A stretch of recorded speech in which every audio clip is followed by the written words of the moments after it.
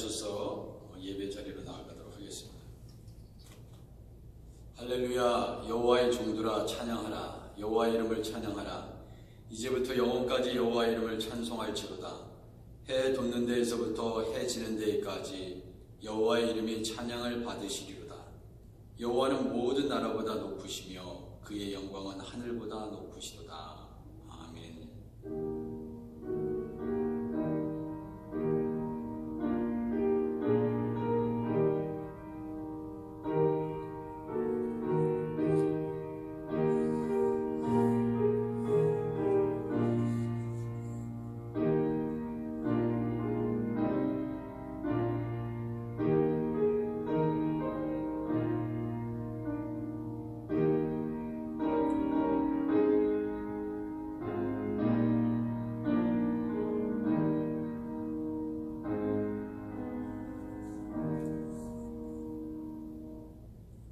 주님 가르쳐주신 기도 하나님께 올려드리겠습니다.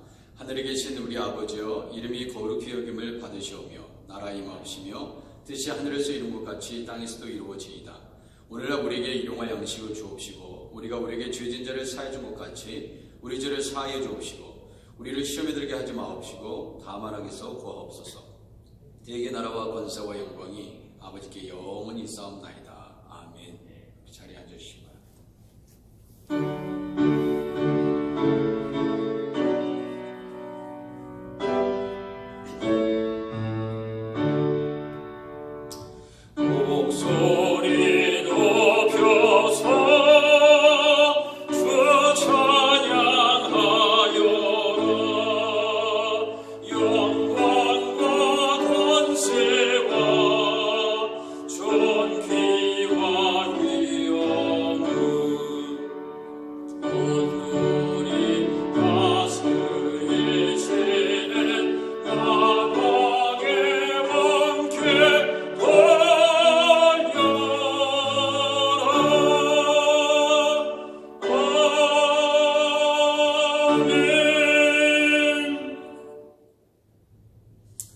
이 시간 우리 하나님 앞에 참회 기도를 드리겠습니다. 동이 서에서 먼 것 같이 우리의 죄가를 우리에게서 멀리 옮기셨으며 아버지가 자식을 긍휼히 여긴 같이 여호와께서는 자기를 경외하는 자를 긍휼히 여기시나니 이는 그가 우리의 체질을 아시며 우리가 단지 먼지뿐임을 기억하심이로다. 그렇습니다. 우리의 체질을 아시는 하나님 아버지, 오늘도 아버지가 자식을 긍휼히 여긴 같이 주님을 경외하는 자를 긍휼히 여기시는 그 하나님을 믿고 우리의 모든 죄를 이 시간 회개하며 나아가도록 하겠습니다. 기도하겠습니다. 하나님 아버지, 우리의 모든 죄를 하나님 이 시간 용서하여 주옵소서. 아버지 깨끗게 하시고 주님의 거룩하심으로 우리의 모든 죄의 고백을 받으시고 아버지 하나님, 낱낱이 우리가 주님 앞에 아버지 지은 모든 죄를 용서받기를 원합니다. 주님께서 깨끗하게 주의 보혈로 정결하게 하여 주옵소서. 우리 주님께서 능히 그렇게 하실 줄 믿습니다. 아버지여, 은혜를 베푸시고 자비를 베푸셔서 우리를 흰 눈보다도 더 희게 주여 우리의 아버지 죄를 깨끗게 하여 주시기를 원합니다. 주님을 찬양합니다. 오늘도 주의 백성들이 주님을 찬양하기 위해 모였사오니 주 하나님께 영광 돌릴 수 있도록 인도하여 주옵소서. 주님 도와주옵소서.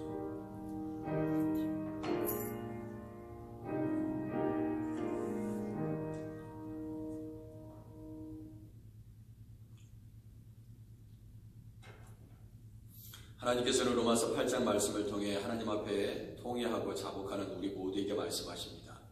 그러므로 이제 그리스도 예수 안에 있는 자에게는 결코 정죄함이 없나니 이는 그리스도 예수 안에 있는 생명의 성령의 법이 죄와 사망의 법에서 너를 해방했습니다. 아멘. 우리 함께 날 대속하신 예수께 찬양하겠습니다.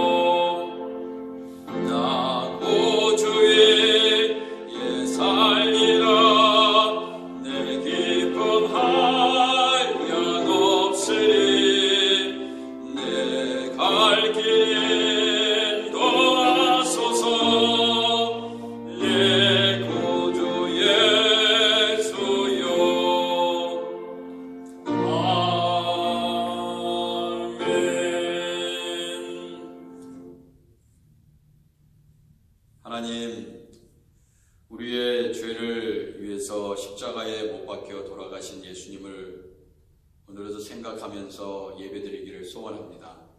우리의 마음과 뜻과 마음을 다하여 우리 예수 그리스도께 아버지 우리의 모든 것을 다 맡겨드리고 이 시간 우리 하나님 앞에 깊이 성령을 통해서 하나님 말씀 깨닫게 하여 주시고 주의 주시는 평강과 은혜를 경험할 수 있는 이 예배가 되게 하여 주옵소서.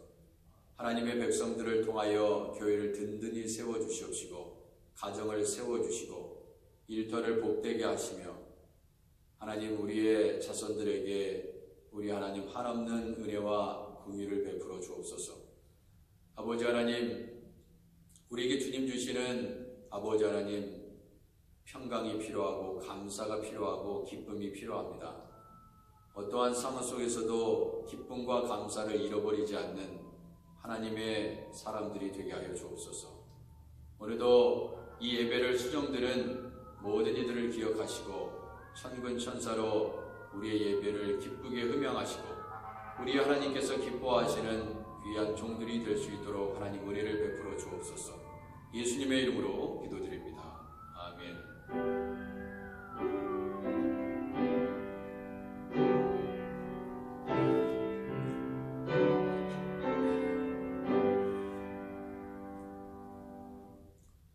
오늘 하나님께서 우리에게 주시는 말씀은 고린도전서 10장 31절에서 33절까지 말씀. 고린도전서 10장 31절에서 33절까지 말씀 한 절씩 교독하고요. 33절은 함께 합독하도록 하겠습니다. 31절 제가 먼저 읽습니다. 그런즉 너희가 먹든지 마시든지 무엇을 하든지 다 하나님의 영광을 위하여 하라.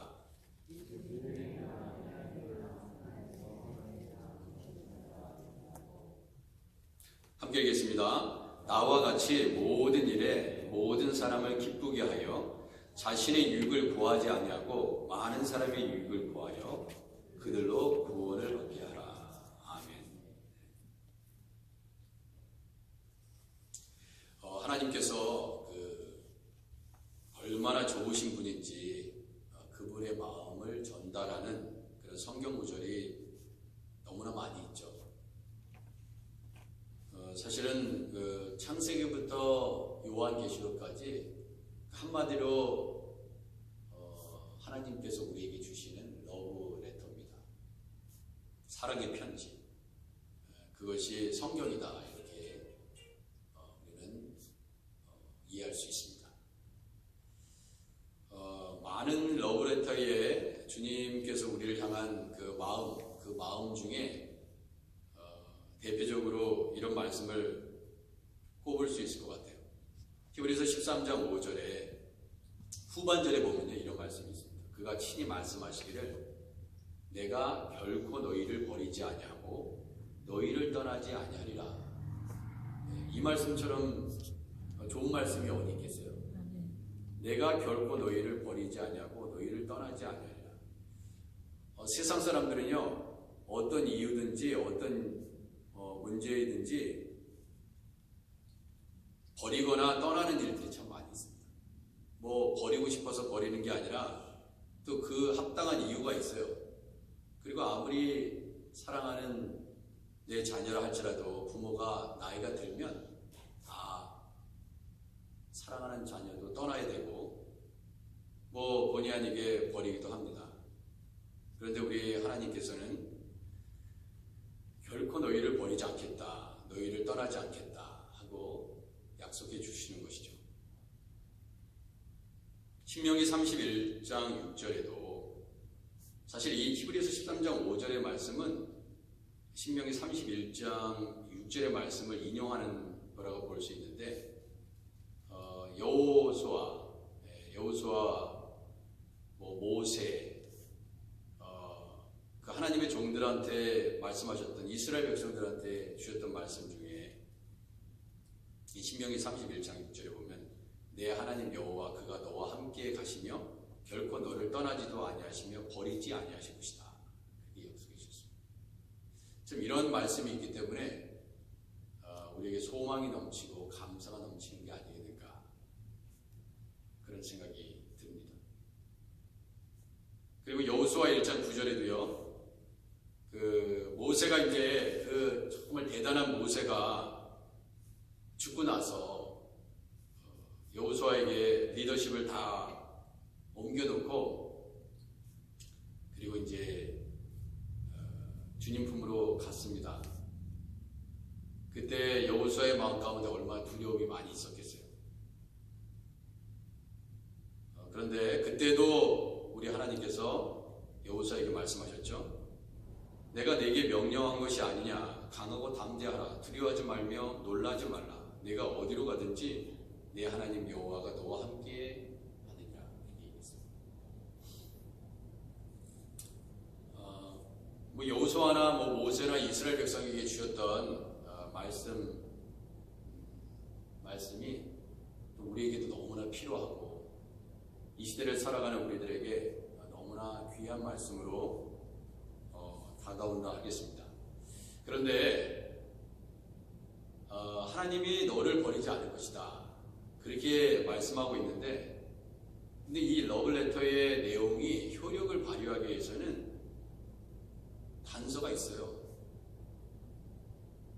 이것은 뭐냐면 이 여호수아에게 주셨던 말씀 대표적으로 말씀드리면 내가 너와 함께 할 것이다. 그렇게 얘기하셨지만 단서가 있어요. 조건이 있었습니다. 그러니까 무조건 함께하는 것이 아니라 나의 종 모세가 내게 명령한 그 율법을 다 지켜 행하고 우로나 좌로나 치우치지 말라. 그리하면 어디로 가든지 형통하리니 이 율법책을 내 입에서 떠나지 말게 하며 주야로 그것을 묵상하여 그 안에 기록된 대로 다 지켜 행하라. 이렇게 얘기했어요. 그게 전제 조건입니다.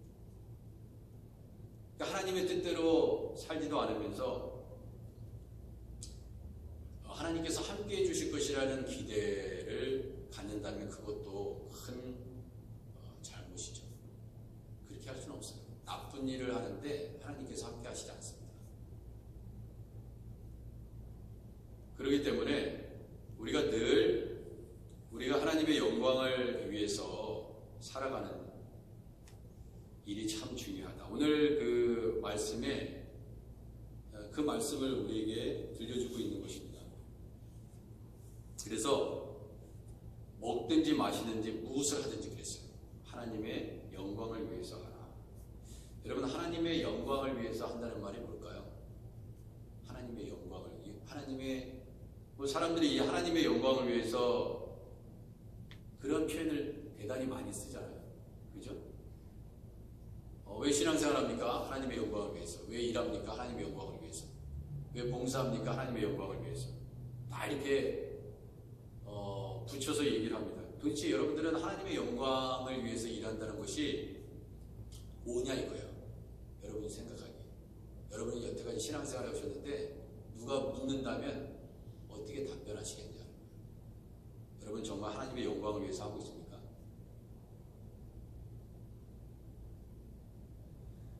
자, 그 답을 고린도전서 10장 31절에 하나님의 영광을 위하라 이렇게 얘기해놓고 32절, 33절의 내용을 잘 이렇게 보면은 그 순서가 있어요. 그 순서가. 유대인에게나 헬라인에게나. 여러분 당시에 이스라엘은요 결국 유대인이나 헬라인이에요. 그죠? 두 부류입니다. 헬라인은 이방인이고 헬라 제국의 통치를 받았기 때문에 헬라의 통치를 받으면 모두 다 헬라인입니다. 그죠? 유대인이나 헬라인이나 두 부류로 나눌 수 있어요. 인종을. 그런데 유대인이나 헬라인이나 하나님의 교회에 거치는 자가 되지 말고 그랬습니다. 그러니까 유대 크리스찬들이 있었고 헬라 크리스찬들이 있었죠. 그러니까 이방 크리스찬과 주이시 크리스찬, 헬레니스틱 크리스찬을 얘기합니다. 그러면은 두 종류의 유대인이나 헬라인이라고 볼 수 있는데 하나님의 교회나 거치는 자가 되지 말라 그렇게 얘기했습니다. 그리고 결국 뭐냐? 하나님의 영광을 위해서 먹든지 마시든지 무엇을 하든지 하는 것은 하나님의 교회나 거치는 자. 여러분 거치는 자라는 것은 무슨 말이에요? 걸림돌이 되지 말게 하라. 걸림돌. 하나님의 영광을 나타내는데 유대인이건 헬라인이건 그 누구이든 간에 누군가를 걸려 넘어지게 하는 일을 하지 말라. 그게 하나님의 영광을 위한 것이다. 그리고 또 좀 더 구체적으로 33절에 이렇게 얘기했어요. 나와 같이 모든 일에 모든 사람을 기쁘게 하여 그랬어요. 그러니까 모든 사람을 기쁘게 할 수 있는 일을 해야 된다. 그게 중요하다.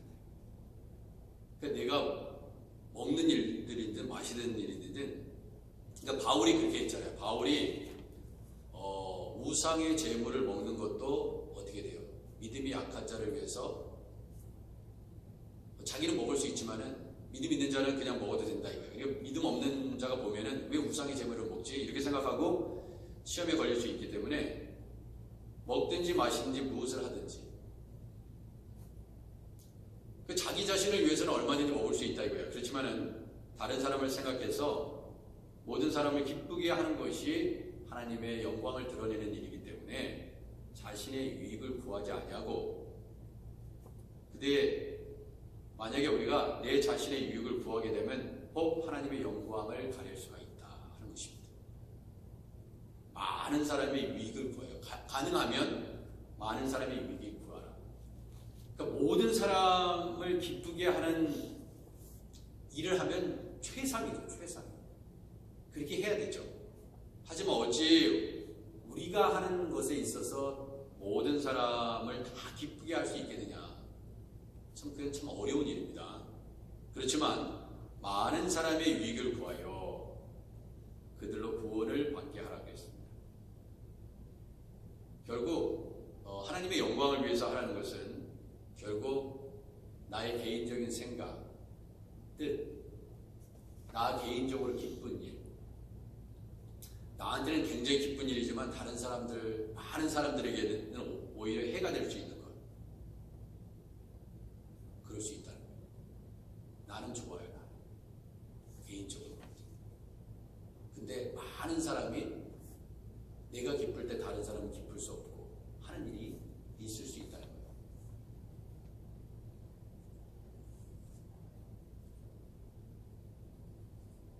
자, 그래서 정말 내가 하나님의 영광을 위해서 살고 있는지, 내가 세상에서 또 교회에서 내 개인적인 삶을 그렇게 하나님의 영광을 위해서 하고 있는지 잘 생각해보라. 잘 생각해보라. 주님의 일을 하고 있는지 아니면 내 일을 하고 있는지, 내가 원하는 뜻을 행하고 있는지. 교회에서 신앙생활하고요, 믿음생활하는 것도 마찬가지입니다. 자신의 유익을 구하는 게 결코 아니에요. 결국 나의 유익이 아닌 많은 사람의 유익을 구하는 방향으로 나아가야 하고, 결국 하나님의 영광을, 결국 예수님의 영광을 위해서 하라. 이렇게 점진적으로 나아가야 한다. 왜냐면 처음에는요, 모든 사람이 마찬가지예요. 나를 위해서. 그러니까 가족도 마찬가지잖아요. 그 부모님들이 결정할 때 만약에 그 주도권이 아버지에게 있으면 아버지가 원하는 대로 결정할 수 있어요. 아버지가 생각해요. 그런데 좀 더 성숙해지면은 아내를 생각하게 되고 아내의 입장을 고려하게 되고 또 자녀의 입장을 고려합니다. 이 결정이 가정 전체에 유익한 결정이냐 아니면 어떤 한 개인의 결정이냐, 한 개인을 유익하게 하는 결정이냐, 그걸 잘 생각해 보려는 것입니다. 그게 중요하다는 거예요. 좋은 부모가 되기 위해서는 자녀들의 유익이 무엇인지를 다 생각하고 결정한다. 여행을 갈 때 부모가 원하는 데 데려갈 수 있어요. 어렸을 때는. 그러나 장성해서 자녀들과 가려면요, 자녀들이 원하는 쪽으로 결정을 해야 됩니다. 자녀가 원하는 데 가야 돼요. 그러지 않으면 자녀들이 뭐라고 해요? 안 가요. 부모님 원하는 대로 가요. 그래요. 그래서 부모가 결정을 자신이 원하는 데 가는 것을 어떻게 돼요? 포기하는 것이죠. 그러지 않으면 유익이 될 수 없는 것입니다.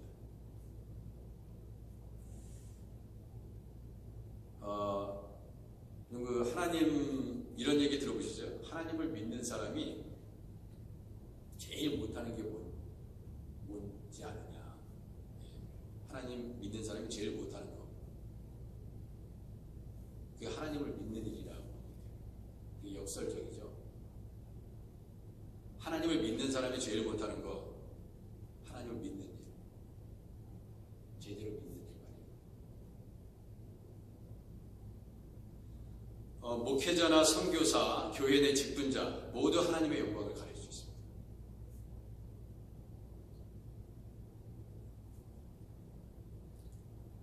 이 하나님을 믿는 일을 아주 단순하게, 아주 정확하게, 그러나 무슨 말인지 잘 모를 때가 있는데, 예수께서 뭐라고 말씀하셨냐면 요한복음 6장 29절에 하나님께서 보내신 일을 믿는 것이 하나님의 일이라고 했습니다. 하나님께서 보내신 일을 믿는 것, 예수님을 믿는 것, 그것이 하나님의 일이다. 그러니까 얼마나 어려운 일이에요, 사실. 그러니까 결국 이 말을 이렇게 묵상해 보면 하나님께서 보내신 일을 믿는 것이 하나님의 일이라고 했습니다. 도대체 하나님의 일은 뭐예요? 예수님을 믿는 일인데, 그거는 아주 쉽게 얘기하면 이런 말이에요. 하나님께서 보내신 일을 믿는 것, 예수 믿는 것은 결국 하나님께 영광을 돌리는 일입니다. 네. 무엇을 하든지, 마시든지 먹든지 마시든지 무엇을 하든지 하나님의 영광을 위해서 하라는 것은 결국 그게 하나님의 일이기 때문에 그래요.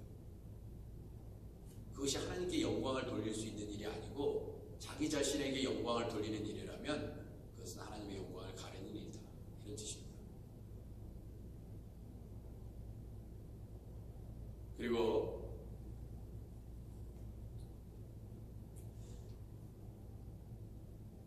근데 아버지께 돌려야 될 영광을 아버지께서 친히 그 영광을 취하셔야 되는데도 불구하고 그것을 자신의 영광으로 돌리고 취하는 것. 이것이 많은 이들이 하나님의 일을 한다 하면서도 아버지께 돌려야 될 영광을 자신의 영광으로 취하는 일이다. 그래서 대표적으로 마태복음 7장 22절에 보면요. 그날에 많은 사람이 나더러 이르되 주여 주여 우리가 주의 이름으로 선지자 노릇하며 주의 이름으로 귀신을 쫓아내면 주의 이름으로 많은 권능을 행하지 아니하니까 그랬어요. 이거는 분명히 이 사람들이요 하나님의 일이라고 생각해서 했을 것입니다. 그리고 누가 봐도 저건 하나님의 일이에요. 많은 사람들이 이거에 의심의 여지가 없었을 거예요. 그죠? 주의 이름으로 선지자 노릇하는데, 주의 이름으로 귀신을 쫓아내는데, 권능 있는 제자들인데 주의 이름으로 많은 권능을 행했는데 그걸 누가 하나님의 일이 아니라고 누가 얘기하겠어요?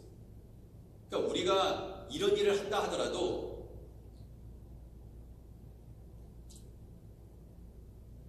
만약에 그것이 하나님께 영광이 될 수 없다면 그건 뭐예요? 이런 사람들을 가리켜 그때 내가 그들에게 밝히 말하되 내가 너희를 도무지 알지 못한다. 도무지 알지 못한다 너희들. 우리를 향해서 그렇게 말씀하실 수 있다. 나는 너희들 모른다. 그러면서 한마디 더 하셨죠. 불법을 행하는 자들이다. 너희들은 불법을 행하는 자들이다. 그리고 내게서 떠나가라. 그러면서 나더러 주여 주여 하는 자마다 다 천국에 들어갈 것이야. 다만 하늘에 계신 내 아버지의 뜻대로 행하는 자라야 들어가리라. 내 아버지의 뜻대로 행하는 것이 뭐냐? 예수를 믿는 것이다. 그러면 예수 믿는 사람은 하나님께 당연히 돌려드려야 될 영광을 돌려드리고 그것을 자기 자신이 취하지 않는다. 그러면 결국 하나님이 기뻐하시는 일을 한다. 근데 하나님께서 기뻐하시는 일을 행하지 않으면서 그것이 하나님의 일이라 이렇게 얘기한다는 것입니다. 근데 이것은 우리 모두에게 주시는 말씀이에요. 우리도 과연 이렇게 하고 있지는 않는가? 혹시 우리를 향해서 나는 도무지 너를 알지 못한다. 사람들은 다 인정할지라도 여러분과 제가 모든 사람이 동의하는 저거는 하나님의 일이야 이렇게 얘기하는 것일지라도 그것이 하나님께 영광이 되지 않는 일이라면 우리 주님은 우리에게 불법을 행하는 자들아 내게서 떠나가라 할 수 있다는 것입니다. 선교사님들이요 이제 처음에 다 어느 선교지든지 소중한 선교지는 다 각자 하나님께서 또 가라고 말씀하셨기 때문에 선교지를 향해 출발합니다. 그래서 뭐 선교사님들이 보통 분들이 아니잖아요. 주님을 위해서 자신의 삶을 헌신하고 그 오지로 가는 선교사님들 보면은 대단히 훌륭하신 분들이다 우리가 그렇게 얘기할 수 있습니다. 그런데 이렇게 선교사님들 이야기를 들어보면 공통적으로 훌륭한 선교사님들 그런 분들 입술에서 고백되는 내용들 중에 어떤 얘기가 있냐면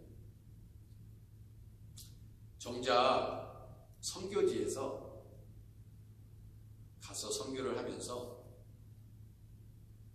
본인 자신이 선교의 장애물이라는 것을 알게 된다고 합니다. 아, 내가 걸림돌이 되는구나. 거치는 자가 되는구나. 주님의 일을 하는 데 있어서. 아이러니하죠. 하나님께서 분명히 그 땅을 섬기라고 해서 내가 콜링받고 이 어려운 결정을 하고 선교 훈련을 받고 다 모든 것을 포기하고 자녀의 교육 문제도 주님께 맡기고 온 가족이 선교지로 갔다 이거예요. 그러면은 얼마나 그게 하나님의 영광 그 자체가. 그런데 선교를 하면서 더더욱 느껴지는 거는 자기 자신이 선교의 방해물이 되더라 하는 것입니다. 그걸 깨닫는다는 거예요. 참 놀라운 고백이 아닐 수 없습니다. 그때 주님께서 들려주는 음성은 뭐냐? 선교의 대상은 너는 이 사람들, 이 원주민들을, 이 지역에 있는 사람들을, 이 영혼들을 예수께로 이끌기 위해서 내가 너를 보냈다고 생각하지만 물론 그것도 맞지만 사실 선교의 대상, 전도의 대상, 양육의 대상은 바로 너다. 너로부터 시작된다. 그래서 보통 교회에서 제자 교육을 하고 그러잖아요. 그러면은 가르치는 자가 가르침을 받는 사람들은 일방적으로 막 말씀을 선포한다고 생각해요. 절대 그렇지 않습니다. 절대 그렇지 않고 가르치면서 배우게 돼요. 가르치면서. 설교하면서 깨닫게 되고요. 그런 거예요. 그러니까 주님은 그렇게 일하시는 겁니다. 완벽해서 완전해서 선교사님을 그곳으로 파송하는 게 아니에요. 오히려 그 선교사님을 그 땅에 하나님께서 보내셔서 제일 먼저 손을 대기 시작하는 게 누구냐? 선교사님들. 왜? 그 선교사님을 손을 대야지 더 하나님께서 거기에 있는 영혼들을 맡겨야 되시기 때문에 하나님이 더 손을 대시더라고요. 그러니까 맨 처음에는 나는 그냥 하나님 앞에 쓰임받는 일, 그게 얼마나 너무나 귀하니까 가슴 벅차서 하루하루. 그런데 나중에 알고 보니까 그 선교지에서 일어나는 많은 일들을 보면 여러분 뭐 들으신 거지만 얼마나 다 훌륭한 선교사님들이에요. 그죠? 근데 그 선교사님들 사이에서도 다툼이 있고 서로 싸우는 그러한 연약한 모습들이 발견된다. 그 선교지에서. 그 선교지를 놓고 영혼들을 놓고.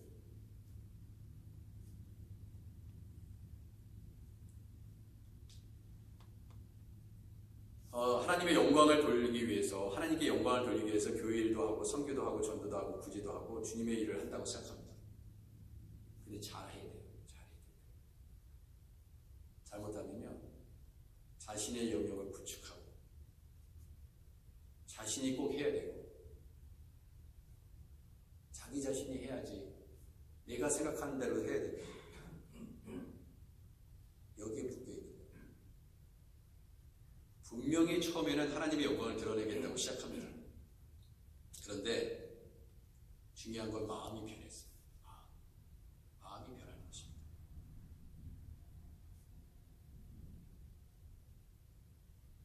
전도의 대상과 선교의 대상이 남이 아니라 나로부터 출발한다는 것을 우리가 인식하지 못하고 시작할 때가 있다. 내 아내도 아니고 내 남편도 아니고 어떤 사람이 아니에요. 바로 내 자신. 제일 변하기 힘든 사람. 바로 선교의 대상은 바로 나예요. 나. 내 자신입니다. 나는 문제가 없고 다른 사람은 문제가 있느냐? 절대 그렇지 않죠. 어떻게 보면 내가 제일 문제가 있는 사람인데, 근데 다 남이 문제가 있다고 하는 거예요. 그래서 이 바울이 보면요, 로마서 3장 9절에 이렇게 얘기했습니다. 그러면 어떠하냐? 우리는 나으냐? 난 게 있어? 우리는 난 게 있냐? 그렇게 얘기합니다. 그게 바울의 말씀이에요. 우리는 나으냐? 결코 아니라. 결코 나은 게 없어. 유대인이나 헬라인이나 다 죄 아래 있다고 이미 선언하여 있는데 그랬어요. 기록된 바 의인은 없나니 하나도 없으며 깨닫는 자가 없고 하나님을 찾는 자도 없고 다 치우쳐 함께 무익하게 되고 선을 행하는 자가 없나니 하나도 없도다. 그들의 목구멍은 열린 무덤이요 그 혀로는 속임을 일삼으며 그 입술에는 독사의 독이 있고 그 입에는 저주와 악독이 가득하고 그 발은 피 흘리는 데 빠른지라. 파멸과 고생이 그 길에 있어 평강의 길을 알지 못하였고 그들의 눈앞에 하나님을 두려움이 없느니라. 누가? 우리 모두가. 여러분과 제가 하나님을 두려움이 없는 것입니다. 이건 제 말이 아닙니다. 성경의 말씀이고 바울을 통해서 주시는 하나님의 말씀이다. 이거. 나는 성령의 사람이고 다른 사람들은 다 주인들입니까?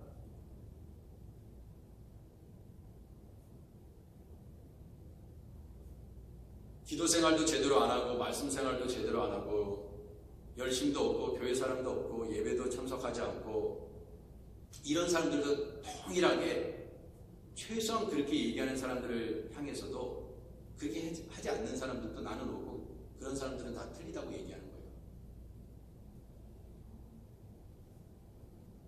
그래서 저는 참 이상하게 얘기했어요. 그럼 그 유명한 말씀이잖아요. 여러 번 제가 언급한 기억이 있는데 고린도전서 9장 27절에 내가 내 몸을 처 복종하게 함은 내가 남에게 전파한 후에 자신이 도리어 버림을 당할까 두려움이라. 이거 바울이 왜 이런 얘기를 해야 돼요? 바울만큼은 구원받아야 되잖아요. 바울만큼은 버림당하면 안 되죠. 바울이 버림받을 정도라면 우리는 다 버림받아야 돼. 여러분, 바울처럼 우리가 열심히 있습니까? 바울처럼 결혼도 안 하고 오직 하나님께만 충성하기 위해서 다 모든 것을 배설물로 여겼어요?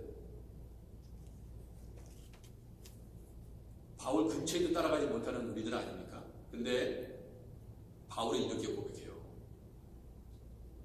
내가 남에게 전파한 후에 자신이 도리어 버림을 당할까 두려워합니다.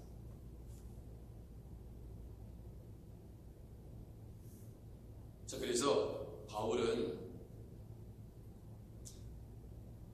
자기 자신을 내 몸을 쳐 복종하게 했다, 그렇게 얘기합니다. 왜냐하면 결국 뭐냐면 우리는 하나님께 영광을 돌린다고 얘기는 하지만 하나님께 영광을 돌리는 게 아니었다 이거예요. 자기의 성을 쌓았다 하는 것입니다. 교회 다니는 사람이요, 교회 안 다니는 사람보다 죄를 안 짓는다고 생각을 할 수 있어요. 그죠?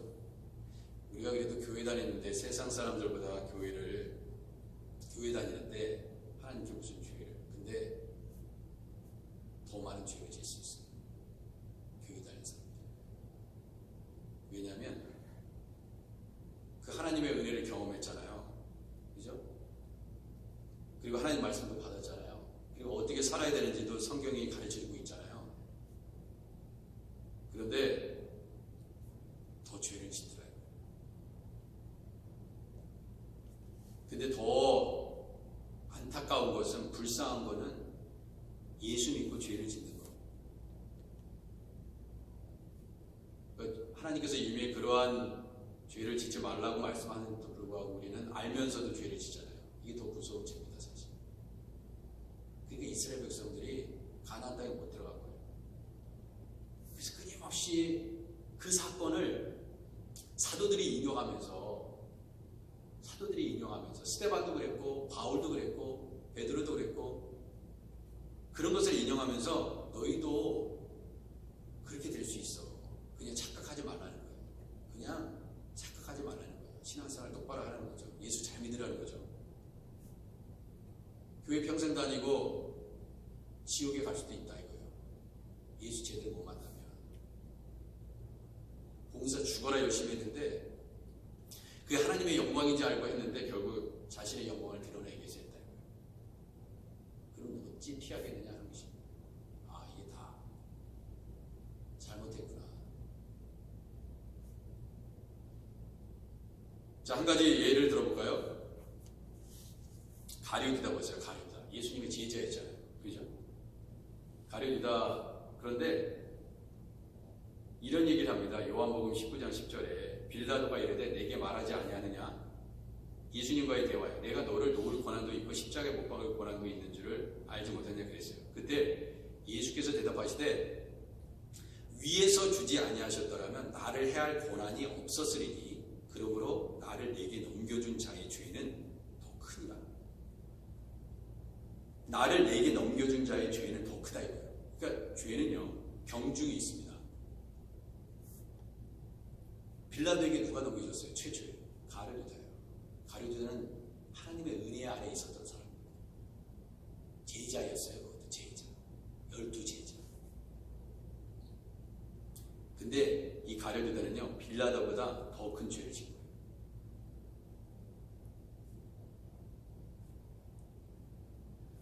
거예요. 하나님의 영광 아닌 자신의 영광을 자꾸 드러내면 결국 어떻게 되느냐?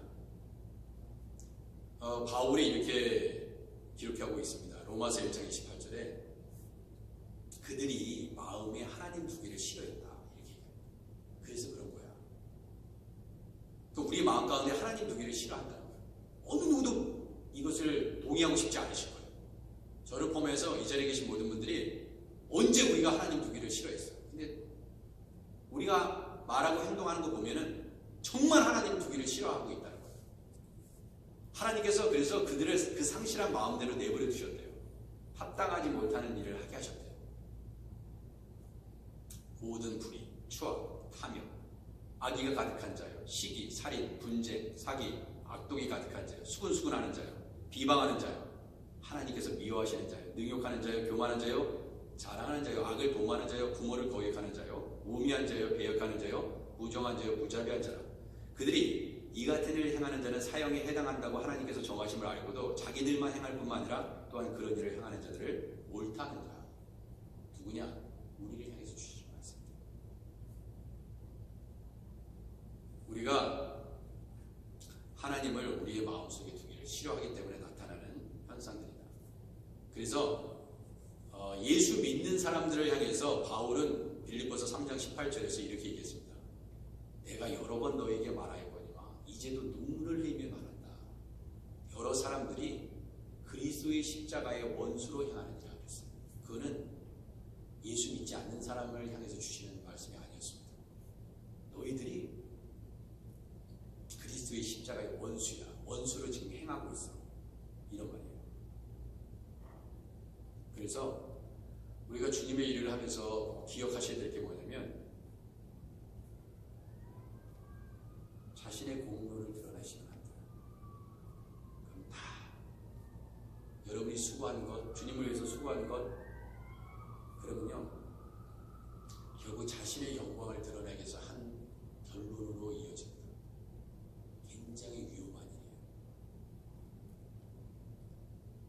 어떤 사람이 집을 팔아가지고 교회를 세웠다고 생각해보세요. 그러면 그 하나님의 의뢰로 시작한 건 맞아. 근데 그것을 자꾸 드러내잖아요. 받을 상은 없어요.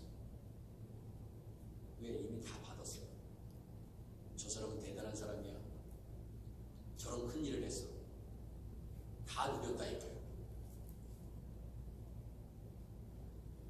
자신의 공로를 쌓으면 결국 그것이 우상이 되는 것이고요. 자신의 의가 되는 것입니다.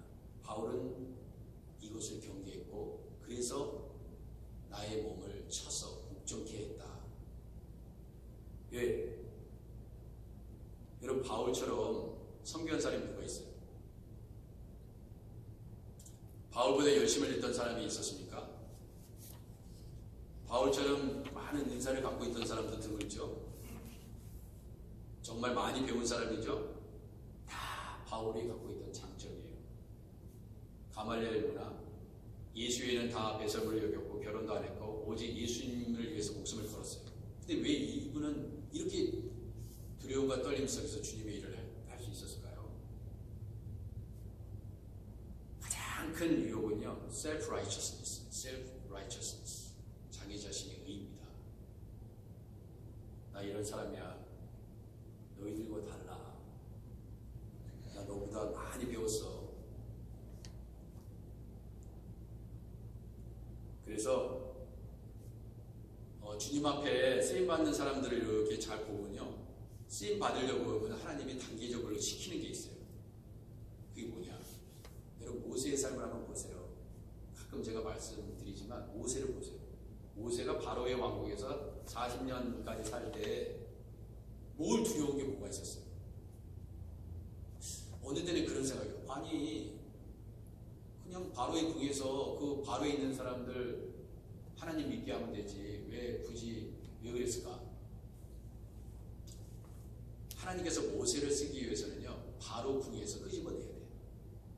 그 자리에서 끄집어내려야 된다. 그래서 살인사건에 연루됩니다. 그죠? 어쩔 수 없이 광야로 도망가요. 그리고 양치는 사람들이 가장 3D 업적이거든요. 일종의 당시에는 양을 치는 사람은 증인으로 채택될 수 없었던, 여러분 그거 아시죠? 증인으로 채택될 수 없었던 사람들이 양 치는 사람들이에요. 근데 그 사람들로 하여금 예수님의 탄생을 증거할 수 있게 하나님의 은혜를 베푸시잖아요. 그게 참 놀라운 일입니다. 그리고 자신이 누렸던 부와 명예와 권력을 다 내려놓고 미디안 사람, 그 장인 십보라의 이드로의 양치는 그 장인의 양떼 치는 사람으로 그렇게 살아가더라고요. 40년을 훈련시킵니다. 그러니까 뭐냐면 40년 동안 편하게 살았어요. 근데 40년 동안 그에 딱 비례해가지고 그것을 다 제거해요. 소고시켜버려요. 그러니까 아예 나는 그래도 바로의 공주의 사랑을 받아가지고 바로의 궁에서 지냈던 최고의 교육을 받았던 그런 사람이라는 것을, 그런 존재를 다 삭제해버려요. 그 사람에 대한 인포메이션을 다 지워버린다고. 그리고 하나님의 일을 시작해요. 그때에 주님이 있잖아요. 40년이 참해. 사도행전 7장 30절은 모세를 이렇게 얘기합니다. 40년이 참해 천사가 시내산 광야 가시나무 떨기 불꽃 가운데서 그에게 보이고. 이게 결국 뭐예요? 아, 나는 내세울 게 아무것도 없구나. 자랑할 것이 없구나. 예전엔 그랬는데. 그래서 그것을 없애기 위해서 40년이 걸렸던 거예요. 그때 하나님이 일을 시작합니다. 하나님께서 사람들을 쓰시는 거 보면 이런 단계를 거쳐요. 나는 대단한 사람이야. 나는 너희들과 달라. 이런 거 다 없애버립니다. 그런 단계를 거쳐요. 근데 여전히 있잖아요. 나는 다른 사람과 달라. 나는 대단히 능력이 있어. 이런 사람들 있잖아요. 쓸 수가 없어요. 그 사람은 쓸 수 없습니다. 내가 하나님 앞에 아무것도 아니라는 것을 알고 깨달을 때 그때부터 하나님이 쓰시는 거예요. 그 전까지는 쓰임받는 거 아니에요, 여러분. 그러니까 너는 나의 은혜 없이는 못 살아. 내가 너를 붙잡아 주지 않으면 못 살아. 할 때까지 놔주세요. 그 전까지는 하나님이 일 안 하십니다. 쓰임받다고 생각하지 마세요. 우리가 사람들 앞에 일을 하면서 인정도 받고 칭찬도 받고 그런 걸 다 좋아합니다. 저도 마찬가지고요.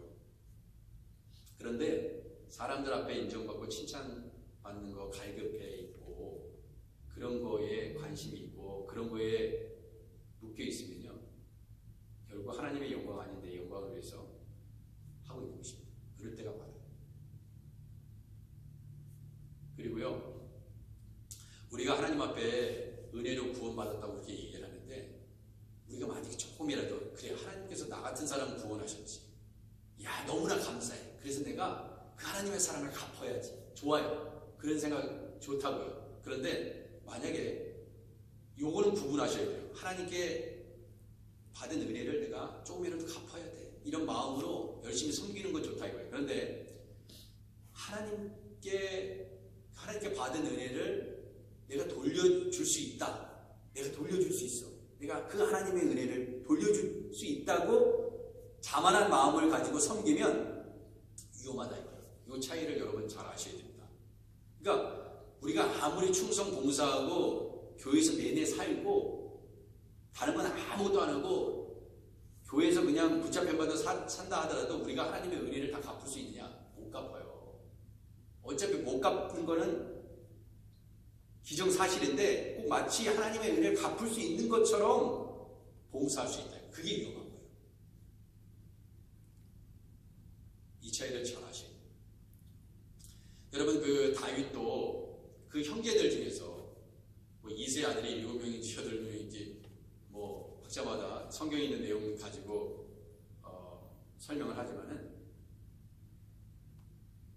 이 엘리압이 골리앗과 싸울 때 이 큰 형이 엘리압이 다윗이 양들 치고 있었잖아요. 양들 치고 있는 거, 양들을 치는 사람들이 가장 약한 자입니다. 그러니까 이 막내가, 이 다윗이요, 막내한테 다 밀어놓고 일을 맡겨놓고, 왜 가장 힘이 없으니까. 그런데 이 블레셋이 그렇게 이스라엘을 위협한다 그러니까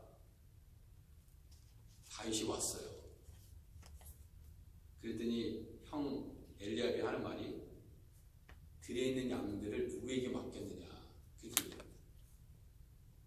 네 역할은 그건데 왜 여기까지 왔어? 네가 양들이나 돌볼. 그래서 혼을 냅니다. 그러면서 혼을 내면서 하는 말이 나는 엘리압이 얘기하는 거죠. 나는 내 교만과 내 마음의 완악함을 알아. 알긴 뭘 알아. 누가 지금 교만하고 누가 지금 마음이 완악한 거예요? 누구한테 지금 얘기하는 거예요? 그 엘리압 속에 그 형 엘리압 속에 얼마나 교만이 가득하고 마음이 완악함이 가득했는데 지금 다윗한테는 이런 얘기를 하냐고요. 네가 전쟁을 구경하러 왔도다 그랬어요. 전쟁 구경하러 왔어요. 다윗은 전쟁 구경하러 온 게 아니에요. 잘못 알고 있었던 거지. 그렇잖아요. 다윗은요 전쟁 구경하러 온 게 아닙니다. 자신의 목숨을 걸고라도 주님의 영광을 드러내기 위해서 온 거예요. 그런데 엘리압은 그 형이라는 사람이 하는 말이 내 교만과 내 마음의 완악함을 알긴 뭘 하냐.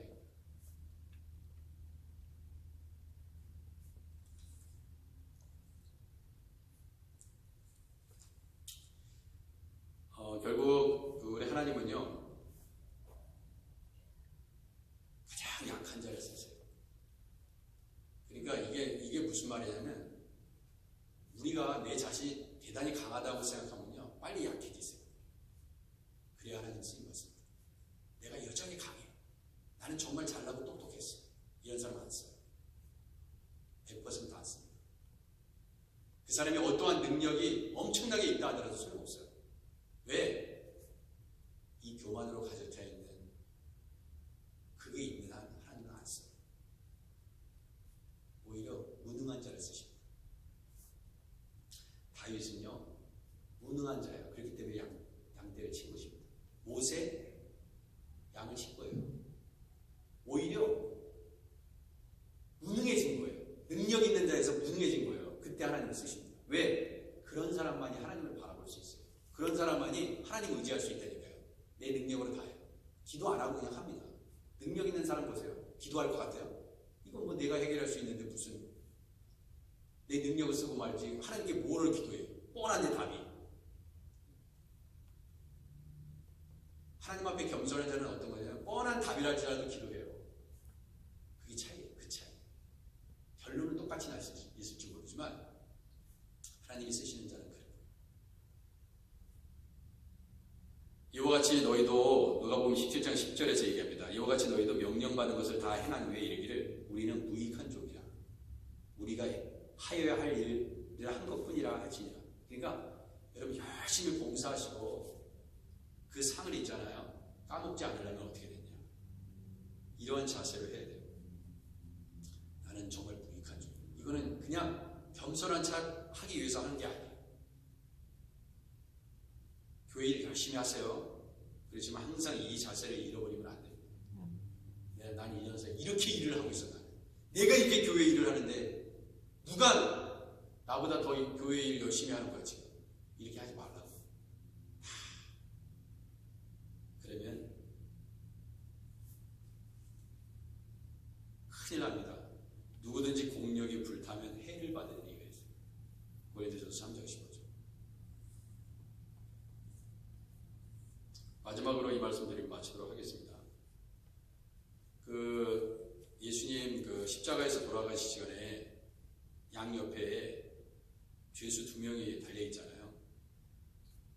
누가복음 23장 39절에 달린 행악자 중 하나는 뭐라고 얘기해요? 비방하여 이르되 네가 그리스도가 아니냐 너와 우리를 구원하라 하되. 한 사람은 그랬어요. 근데 다른 하나는 그 사람은 꾸짖어 이르요 네가 동일한 정죄를 받고서도 하나님을 두려워하지 아니하느냐. 우리는 우리가 행한 일에 상당한 보복을 받은 것이니 이에 당연한 거지만 이 사람이 행한 것은 옳지 않은 것이 없느니라. 이르되 예수여 당신의 나라에 임하실 때 나를 기억하소서 하니 예수께서 이르신 내가 진실로 되게 이르노니 오늘 내가 나와 함께 낙원에 있으리라.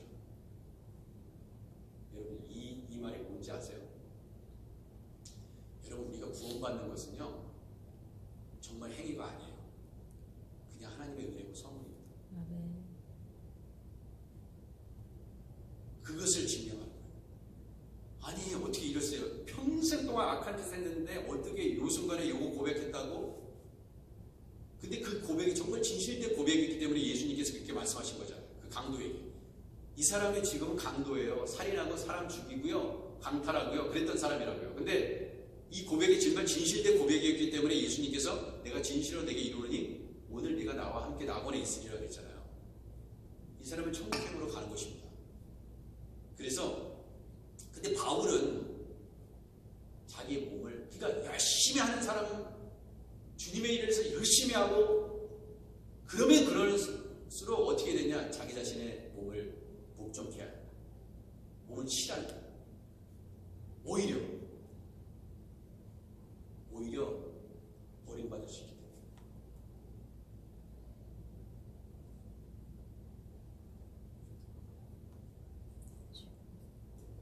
기도하겠습니다. 하나님 내 자신의 영광을 위해서 주님의 일을 하고 있지는 않습니까? 견고한 나의 성을 쌓고 있지는 않습니까? 나는 이런 사람인데 나보다 잘난 사람이 누가 있는가? 나처럼 능력 있는 사람이 누가 있는가? 내가 얼마나 교회 일을 열심히 하고 있는데 그 사이엔가 교만이 자라고 결국 우리가 주님 앞에 하나님의 영광을 가리는 일을 하지 않을까 두렵습니다. 주님을 영화롭게 하는 주의 백성들로 우리 하크네시아 교회 모든 성도들을 기름 부어 주옵소서. 예수님의 이름으로 기도드립니다. 아멘. 네, 우리 찬송 50점 부르시면서 준비하도록 하겠습니다.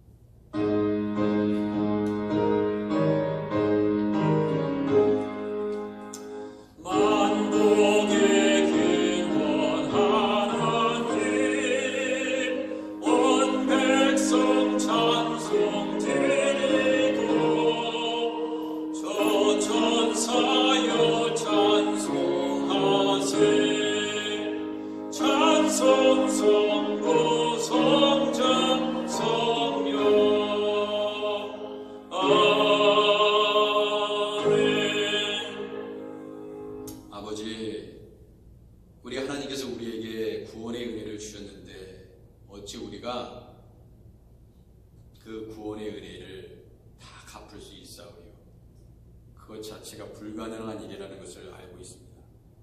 주님 앞에 늘 내 자신을 낮추고 겸손하게 하나님의 영광을 취하지 아니하고 주님 하나님 앞에 높아지지 않게 하시고 사람 앞에 높아지지 않게 하시고 가장 아버지 낮은 자의 자세로 섬기는 사람만이 가장 큰 자라고 말씀하셨듯이 주여 우리의 교만을 다 내려놓고 겸손하신 예수 그리스도를 따라가는 믿음의 백성들이 되게 하옵소서.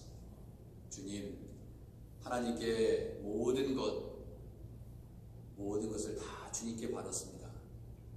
주님, 하나님의 은혜 없이 우리가 누리는 것은 아무것도 없음을 깨닫고, 주님, 이 물질 또한 예물을 통해서 하나님께서 쓰시기는 귀한 예물 되게 하셔서 이 예물이 쓰여지는 곳에 그 하나님의 사랑이 심기어질 수 있도록 주님 은혜를 베풀어 주옵소서. 11조를 드립니다. 감사 예물을 드립니다. 주일 예물을 드립니다. 선교의 예물을 드립니다. 이곳에 주님 우리 자신이 나타나지 않게 하시고 이 예물이 쓰여지는 곳에 주님만이 나타나실 수 있도록 주여 은혜를 베푸시고, 어려운 상황 속에서도 예물을 드리는 하나님의 백성들의 손길을 하나님 기억하시고, 주님이 다 아십니다. 주님께서 다 아시는 바 되었사오니 주께 맡길 때 주님께서 우리를 선하게 인도하실 줄 믿고 예수 그리스도 이름으로 기도드립니다. 아멘. 네, 자리에 앉으시기 바랍니다. 자, 그 주보를 참조해 주시면요, 뭐 특별한 것은 없고, 우리 이미 광고 말씀드린 대로 지난 그 금요일 날 전체 우리 교회 건물 방역을 다 했습니다. 그리고 청소도 열심히 했고, 그래서 오늘 아마 가장 좋은 안전한 그 환경에서 예배를 드리고 있다는 거 말씀드리고요. 또 한 가지 이제 11시 예배 때는요, 우리 교육부 주관으로 이제 초등부 또 중등부 졸업하는 아이들 수요식이 있도록 하겠습니다. 그리고 이제 엘리야 다락방 준비 기도회 모임을 시작했습니다.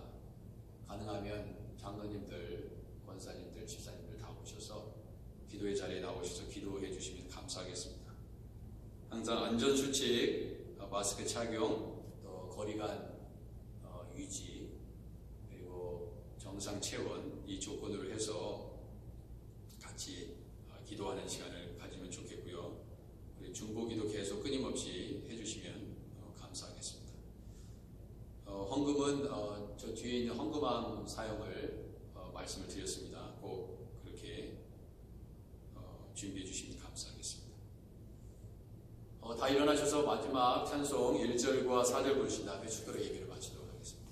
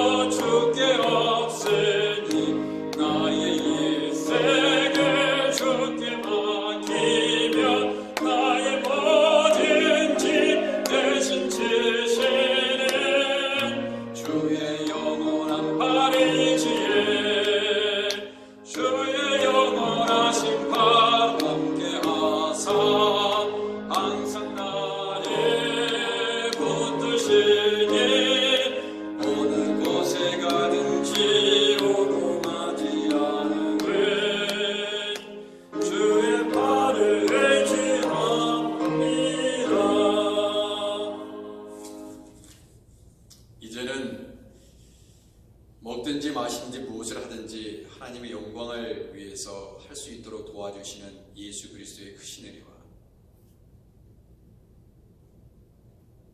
모든 일에 모든 사람을 기쁘게 하여 자신의 유익을 구하지 아니하고 가능하면 많은 사람의 유익을 구하여 그렇게 살도록 또 믿도록 도와주시는 그 아버지의 지극히 넓으신 자비하심과 우리 힘으로는 불가능하오니 성령께서 우리를 붙잡아 주시고 성령의 능력과 은혜로 내 자신의 영광이 아닌 아버지의 영광을 위하여 살아가겠다라고 결단하고 이 자리를 떠나가는 하나님의 백성들 머리 위에 이제부터 영까지 함께 계시기를 간절히 축원드리옵나이다. 아멘.